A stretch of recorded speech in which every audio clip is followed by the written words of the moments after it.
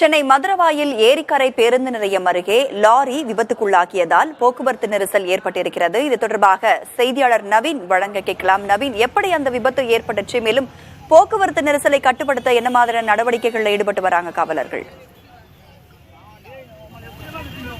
ஆந்திர மாநிலத்திலிருந்து ஆந்திர விவசாயிகள் அறுவடை செய்த இந்த பூக்களை கோயம்பேடு சந்தையில் விற்பனை செய்வதற்காக சரக்கு வாகனம் ஒன்றில் ஏற்றி அனுப்பி வைத்திருந்தனர்.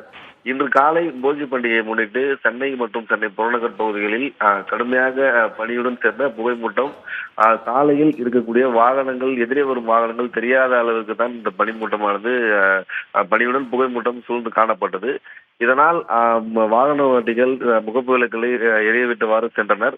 எனினும் இதன் காரணமாக வாகனங்கள் சாலையில் சற்று குறைவான வேகமாக சென்றனர். இதன் காரணமாக தற்போது இந்த மதுரவாயல் ஏரிக்கரை பகுதியில் சாலை அருகே இருந்த பள்ளத்தில் லேசாக சிக்கி ஓட்டுநரின் கட்டுப்பாட்டை இழந்த ஒரு சரக்கு வாகனம் ஒன்று சாலையின் நடுவே கவிழ்ந்தது. இதன் காரணமாக அந்த பகுதியில் கடும் போக்குவரத்து நெரிசல் ஏற்பட்டது. குறிப்பாக சாலையின் நடுவே இந்த லாரி கவிழ்ந்ததால் அடுத்த வாகனங்கள் கடந்து செல்வதில் சிக்கல் ஏற்பட்டது. உடனடியாக தகவல் அறிந்து சம்பவ இடத்திற்கு வந்த மதுரவாயல் போக்குவரத்து போலீசார் சாலையில் கவிழ்ந்து கிடந்த வாகனத்தை அப்புறப்படுத்த பணியில் ஈடுபட்டனர். குறிப்பாக ராட்சத கிரேன் வரவழைக்கப்பட்டு இந்த கவிழ்ந்து கிடக்கும் லாரியை அகற்றும் பணியில் அவர்கள் ஈடுபட்டனர். மேலும் சாலையில் கொட்டி கிடந்த பூவை மாற்று வாகனத்தில் ஏற்றி அனுப்பி வைக்கும் பணியிலும் ஈடுபட்டனர்.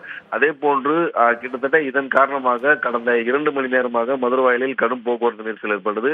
அந்த மதுரவாயல் பூந்தமல்லி நெடுஞ்சாலையில் தான் இந்த போக்குவரத்து நெரிசல் ஏற்பட்டது.